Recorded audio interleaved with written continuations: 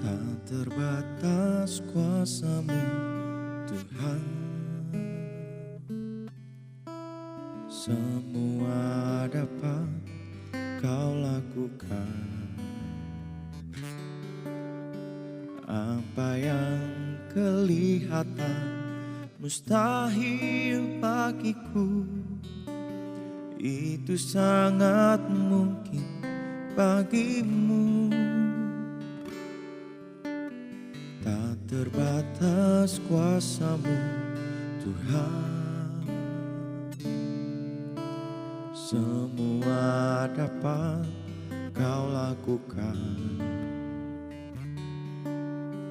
Apa yang kelihatan mustahil bagiku, itu sangat mungkin bagimu. Di saat ku tak berdaya, kuasa-Mu yang sempurna. Ketika ku percaya, mujizat itu nyata. Bukan karena kekuatan, namun Roh-Mu ya Tuhan. Ketika ku berdoa, mujizat itu nyata.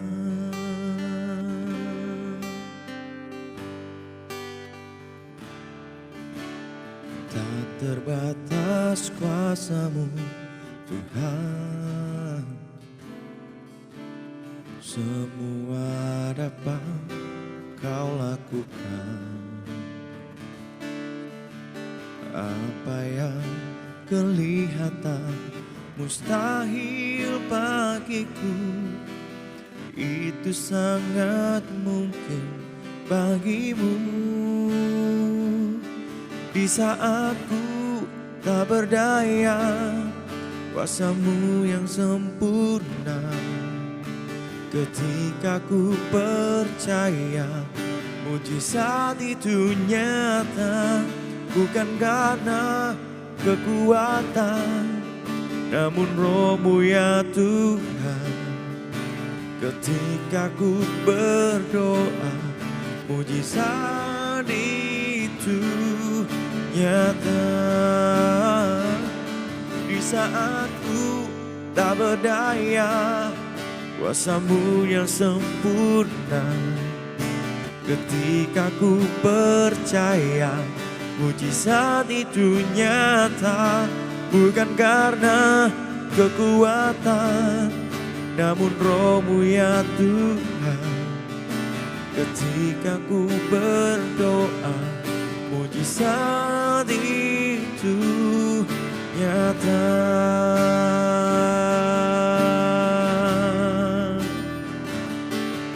Kami percaya hanya kepadamu Tuhan. Oh haleluya, haleluya. Mujizat-Mu nyata terjadi di hidupku Tuhan. Kami bersyukur Bapa. Haleluya, haleluya. Oh, di saat kami tak berdaya, kuasa-Mu sempurna. Kau pulihkan hidupku, Kau tolong hidupku Tuhan. Kami bersyukur. Terima kasih Yesus.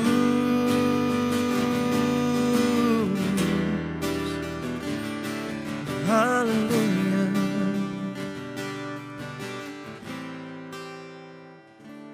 Di saat ku tak berdaya, kuasa-Mu yang sempurna. Ketika ku percaya, Mujizat itu nyata, bukan karena kekuatan, namun Roh-Mu ya Tuhan. Ketika ku berdoa, mujizat itu nyata. Di saat ku tak berdaya, kuasa-Mu yang sempurna. Ketika ku percaya, mujizat itu nyata, bukan karena kekuatan, namun Roh-Mu ya Tuhan. Ketika ku berdoa, mujizat itu nyata. Ketika ku percaya, ketika ku berdoa, ketika ku percaya, mujizat itu nyata.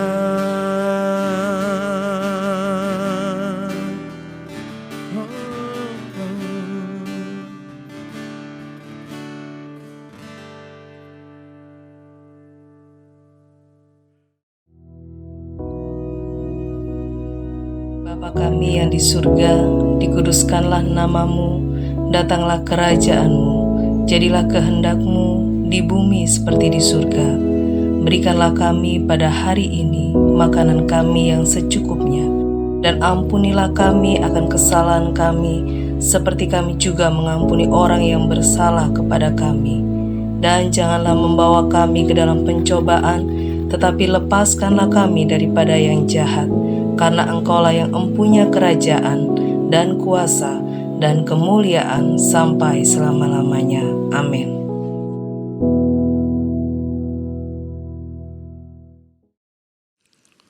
Puji Tuhan, saudara-saudaraku sekalian yang kekasih.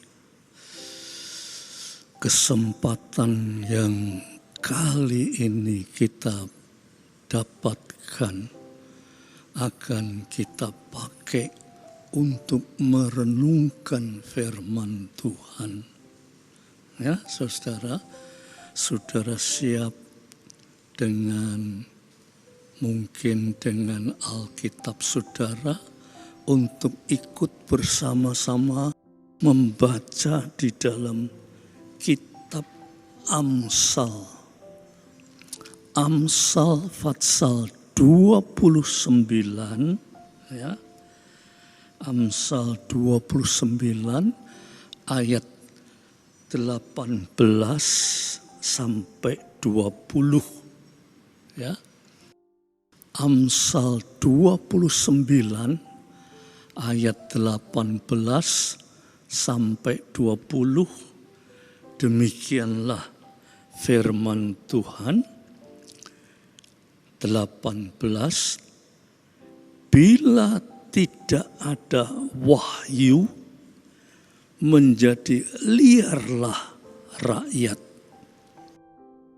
Berbahagialah orang yang berpegang pada hukum. Dengan kata-kata saja seorang hamba tidak dapat diajari. Sebab walaupun ia mengerti, namun ia tidak mengindahkan. Kau lihat orang yang cepat dengan kata-katanya. Harapan lebih banyak bagi orang bebal daripada bagi orang itu. Ini sebuah nats yang penting yang perlu kita perhatikan, ya saudara. Saya mulai dengan ayat 18. Tapi sebelumnya itu saya ingin memberikan sedikit pepatah mengatakan, ya, supaya saudara perhatikan, ada pepatah berkata begini, saudara. Tidak semua yang kuning itu emas. Ya, saudara perhatikan, tidak semua yang kuning itu emas. Tetapi kalau emas pasti kuning. Ya, ini pepatah ini luar biasa, saudara. Ya. Jadi kalau saudara melihat warna kuning atau logam kuning, belum tentu emas. Tetapi kalau emas pasti kuning. Logam kuning mungkin ada logam yang namanya kuningan. Itu bukan emas, warnanya kuning tapi bukan emas. Ada juga logam kuning, yaitu tembaga. Itu kuning, tapi bukan emas. Tetapi kalau emas, pasti kuning. Ya saudara, sebetulnya itu menggambarkan, saudara, sama dengan begini. Orang ke gereja, ya, orang ke gereja belum tentu dia itu sungguh-sungguh anak Tuhan. Ya. Orang ke gereja belum tentu dia sungguh-sungguh anak Tuhan. Tetapi orang yang sungguh-sungguh anak Tuhan ke gereja.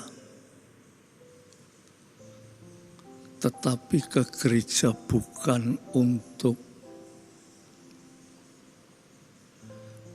rutinitas. Ya. Ke gereja bukan untuk rutinitas, artinya saya secara rutin saya mesti ke gereja. Bukan yang disebut formalitas. Ya. Nek wong Kristen mesti ke gereja.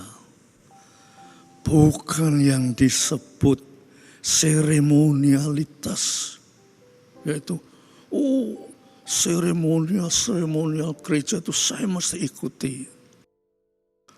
Juga bukan ritualitas. Ya. Ada gereja yang sangat mendambakan ritualitas. Tetapi saudara, kalau anak-anak Tuhan yang sungguh-sungguh, dia ke gereja itu dalam bentuk penyembahan kepada Tuhan. Ya.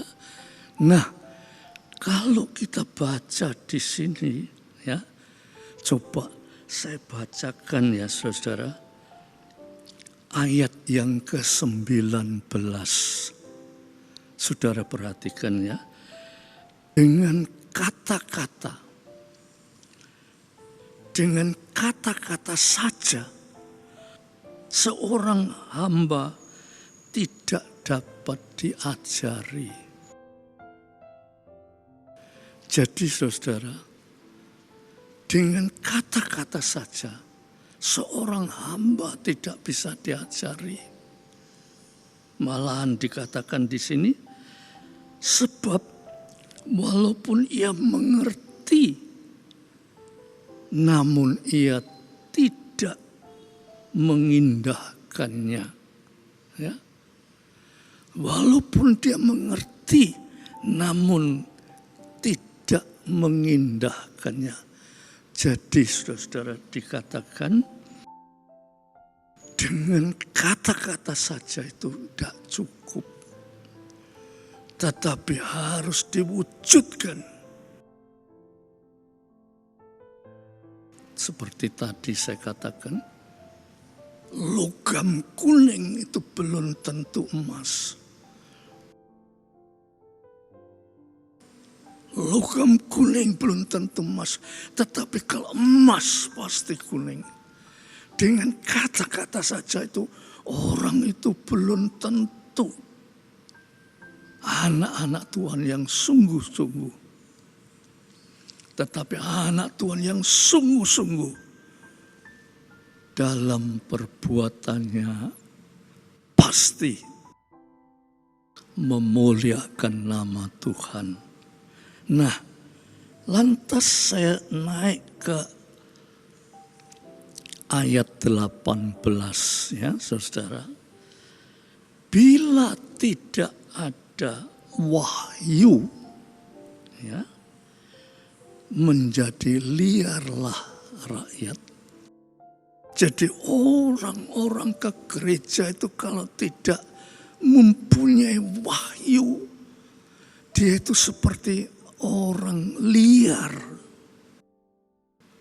Berbahagialah orang yang berpegang pada hukum. Ayat 18 kembali saya akan jelaskan ya. Bila tidak ada wahyu, menjadi liarlah rakyat. Artinya saudara, apa itu artinya wahyu? Apa artinya wahyu saudara? Ya. Wahyu itu mempunyai banyak segi pengertian. Ya, mempunyai banyak segi pengertian. Bisa berarti mimpi. Ya. Seringkali mimpi itu juga dikatakan wahyu. Ya. Bisa juga khayalan. Khayalan itu juga termasuk wahyu. Ya.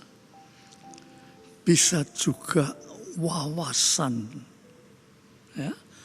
Itu juga bisa dikatakan wahyu. Karena di dalam bahasa Ibrani itu wahyu itu disebut bahasa Ibrani ya, itu disebut Khatson. Khatson itu mempunyai banyak pengertian. Tetapi di dalam kitab Amsal ini, kata-kata wahyu itu bermaksud yaitu kemampuan melihat pada inti permasalahan. Kemampuan melihat pada inti permasalahan. Ya. Seringkali saudara, kita ini melihat inti permasalahan, tetapi karena salah lihat, ya saudara, salah lihat, maka persepsinya menjadi salah.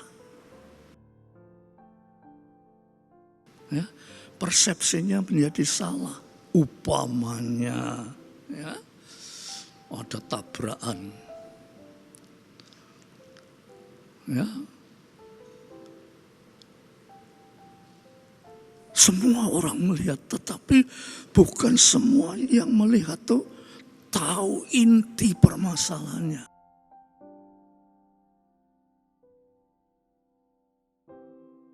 Yang dia ketahui,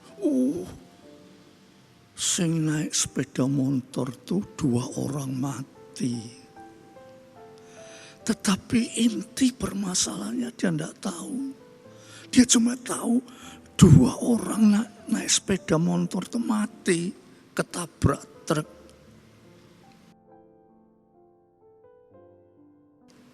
Nah, inti permasalahannya dia tidak tahu. Nah, ada yang bilang begini, inti permasalahannya itu begini, ya.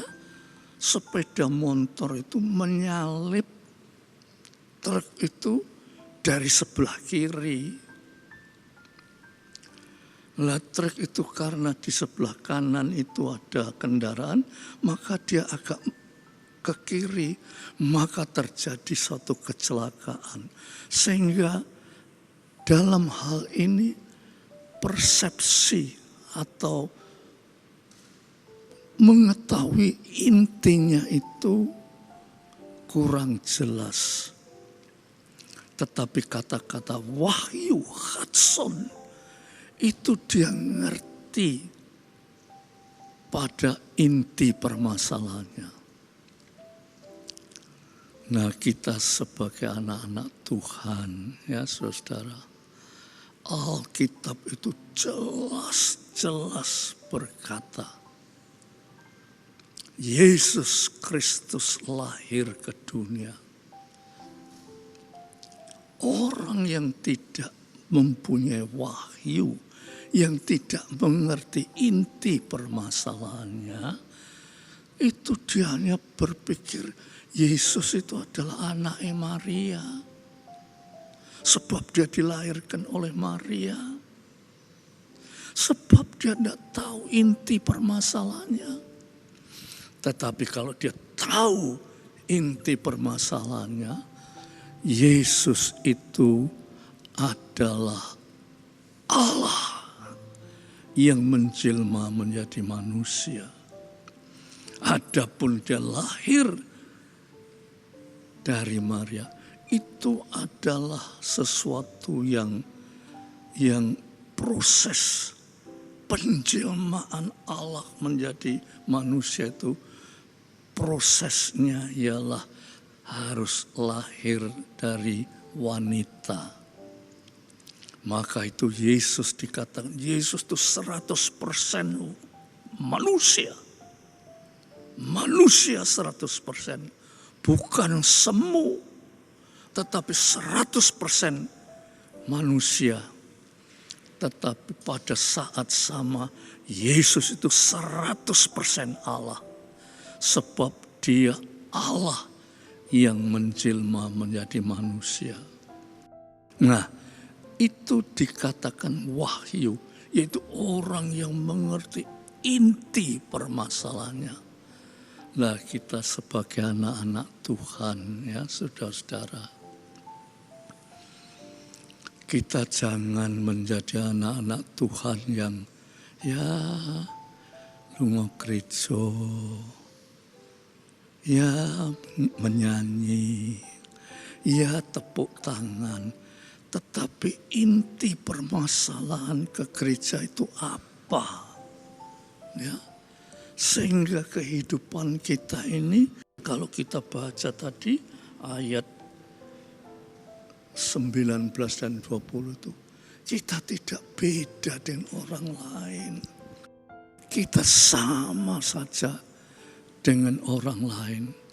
Tetapi ayat ini menghendaki supaya kita itu mengerti, ya, inti permasalahan akan kehidupan kita sebagai anak-anak Tuhan.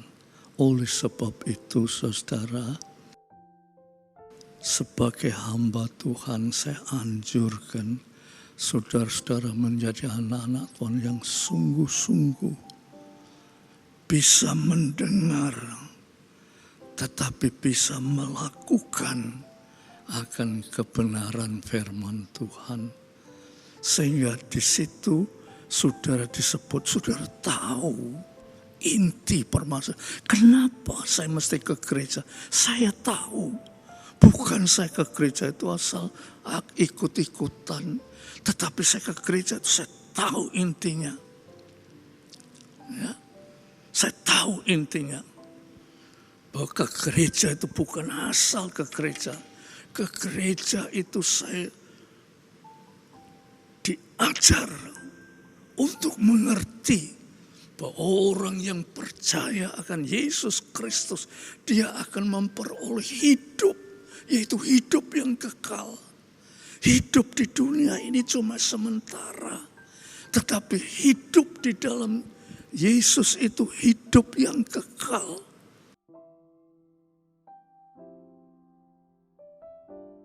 Kalau kita tidak mengerti inti permasalahan kita sebagai anak-anak Tuhan, ya, kita cuma ngambang, ya, seperti benda itu ngambang, ya. Kalau ombaknya ke sana, dia ikut ke sana. Ombaknya ke sini, dia ikut ke sini, sebab dia ngambang. Tetapi dia kalau tahu inti permasalahannya, tidak ada istilah ngambang, tetapi dia tahu pasti, yaitu yang disebut iman. Imanmu dikatakan oleh firman Tuhan, imanmu sudah menyelamatkan engkau. Ya, jadi inti permasalahan itu bisa juga disebut iman. Imanmu itulah yang menyelamatkan engkau. Ya, moga kiranya dengan renungan ini, saudara semua dapat jamahan dari Roh Kudus untuk saudara terus meningkat di dalam Tuhan, sebab saudara itu mempunyai harapan untuk mencapai hidup yang kekal. Coba saudara kata kita luput, kita dikatakan kita mengalami hukuman. Nah, di sini berbahagialah orang yang berpegang pada hukum Allah. Ya. Allah mempunyai hukum. Lantas kita ini kehilangan hidup yang kekal dan kita memperoleh hukum yang kekal. Mari kita minta pimpinan Roh Kudus untuk bisa mengerti lebih dalam tentang inti permasalahan kehidupan sebagai orang Kristen yang di dalam Amsal ini disebut sebagai wahyu, ya, inti permasalahan hidup. Mari saudara kita akan berdoa, ya. Tuhan Yesus, kami telah mendengar firman-Mu, biar firman-Mu ini oleh kuasa Roh-Mu yang kudus boleh menjamah hati kami, supaya sebagai seorang anak-anak Tuhan, kami mengerti kenapa saya menjadi anak-anak Tuhan. Kami mengerti inti permasalahannya, kenapa saya menjadi anak-anak Tuhan. Oleh sebab itu Roh Kudus, jamahlah semua yang mendengarkan firman Tuhan ini, supaya mereka memperoleh hidup, yaitu hidup yang kekal. Terima kasih Bapak. Biar damai sejahtera Bapa, berkat kasih Yesus Kristus, persekutuan oleh Roh Kudus atas saudara-saudara semua sampai Maranatha. Dalam nama Yesus Kristus. Amin.